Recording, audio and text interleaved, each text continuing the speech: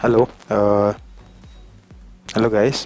Today we will be discussing about HashMap. So in this video, we will be discussing about 10 things which you should know about HashMap in Java. So let's start. So firstly, I would like you all to know that HashMap implements map interface. So the root interface of HashMap is map. This is one of the thing which every Java developer should be knowing it.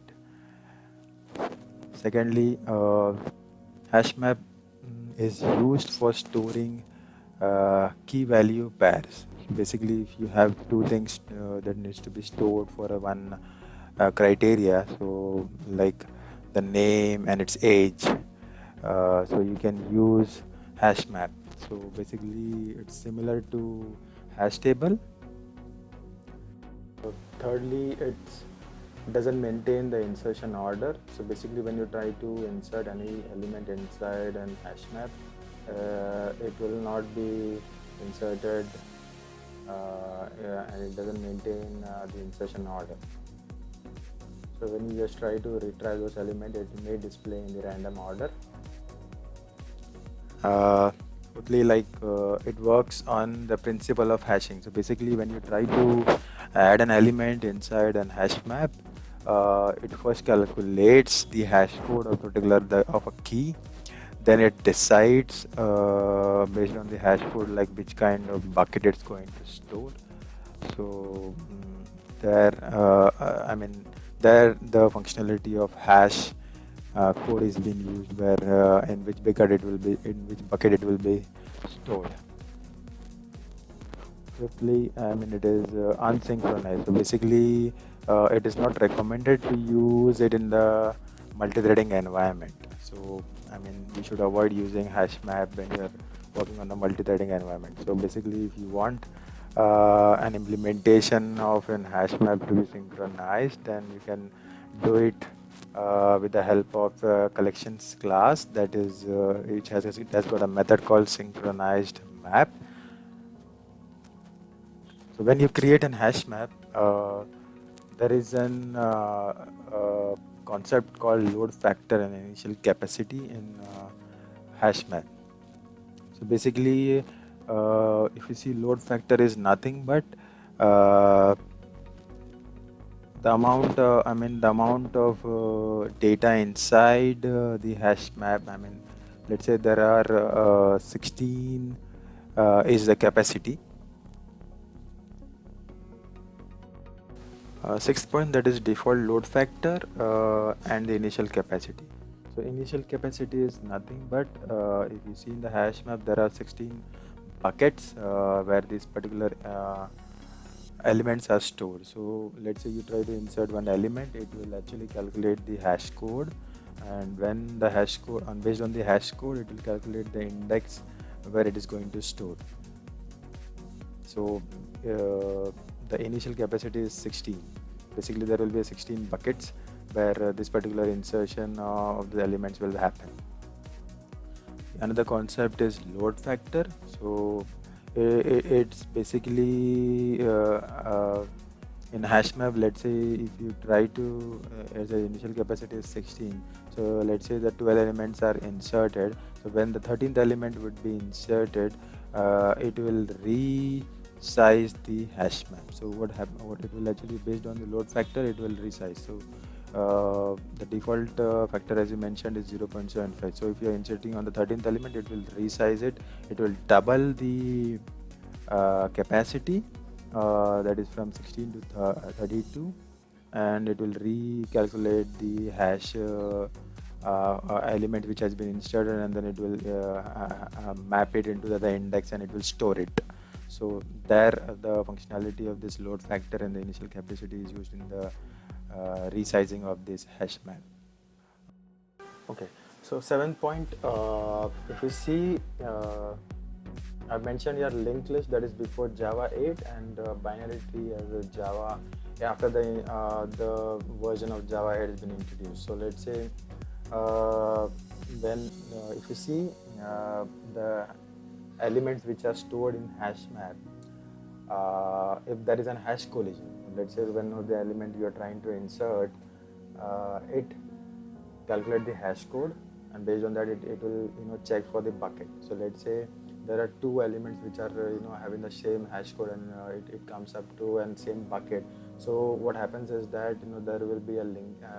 These two elements will be stored one after another in the linked list. So there will be the first element will be storing first in the 0 bucket, and then in the same bucket it will be storing after the first element which has been inserted. So there will be a linkage after the first element.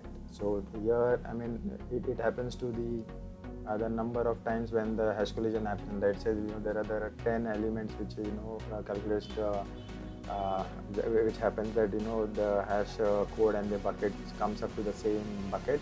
So it will those 10 elements will be stored in this particular linked list in the linear manner. So after a certain threshold in Java 8, as it was affecting the performance when there are a large number of hash collision is happening, and the bucket, the hash map was increasing with the size. So they have made some performance changes, like after a certain threshold, the binary linked list will be replaced with the binary tree. So it will give a better performance when you try to insert an element and try to retrieve. With a difference, what I can say is it doesn't. It will only allow one null as a key, and any number of null as a value. So there is a restriction. I mean, you cannot store more than one null as a key. So when you try to insert a null as a key and some value, so it will be stored in the 0th bucket. So just make a note that, I mean, when you try to insert a null as a key, it will be stored in the 0th bucket. So, and the 9th point, if you see the internally, I mean, when you try to insert, as I mentioned earlier, that it will be storing in the linked list. So there will be a node where it will be storing those particular informations, like in the linked list. So if you see what kind of information it will be storing is that it will be storing the hash code of that particular key, the key itself, the value for the key, and then the next node element details. So let's say in that particular 0 bucket there is only one element is stored. So in that case it will be having the hash code, key, and the value, but on the next node it will be storing the null, as it doesn't has any other linkage to the in the bucket. So if the 10th point, which is related to the hash collision strategy, which is used by HashMap. So in Java, if you see with the strategies used for the hash collision, there are different strategies like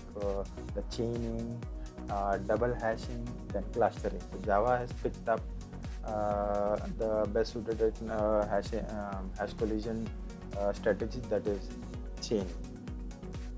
So this was the points which needs to be remembered when you are working on the HashMap. So let's move on to the coding part. I will open up my IDE. So if you see here, I have a demo program over here. This is the name, the HashMap demo. So I have written a main method over here. Now inside this, if you see, I have created an object of an HashMap. So if you note it, I have created a reference to a map interface. So earlier in the first point I have mentioned that if you see, HashMap is an implementation of an map interface.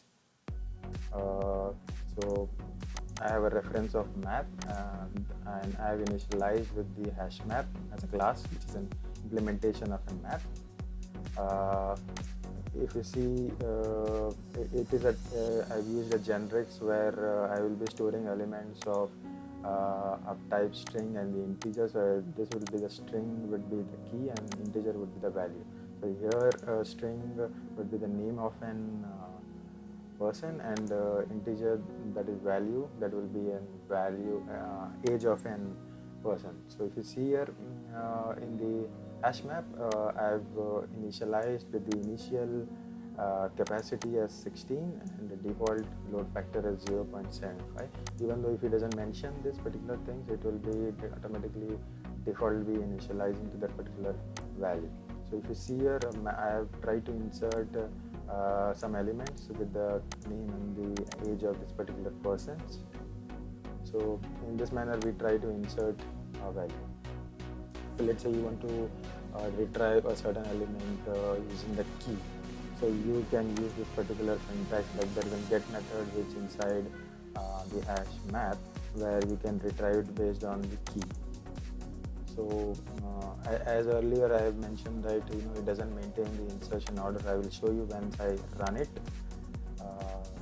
So if you see here, if you want to iterate or you want to traverse that particular hash map, how, like what are the element inside the hash map, so you can use an iterator. This is one way. This is one way of traversing the hash map. So if you see here, we have used an iterator which gets the element of the entry set, then it maps to the iterator, and then we run while loop where it checks that there is an elements present or not, and then it iterates. So from there, from that particular entry, we will be able to get the key and the value over here. And then if you see, I've used the basics enhanced for loop for either just iterating only the key. Let's say I just wanted to display only the keys, that is the names of it. So I've used the map which returns method which returns the key set, which returns the name of this particular list of key elements. Similarly, I can return this list of key as a values. So if you see, I will let's run this particular program. So if you see here, this is the output when you try to retrieve a single item using the get method. This I've used using the iterator, and this then I only use the enhanced for loop for only showing the key elements, and if you see here, I have displayed the values as well. So this is all about the hash map. Thank you for watching.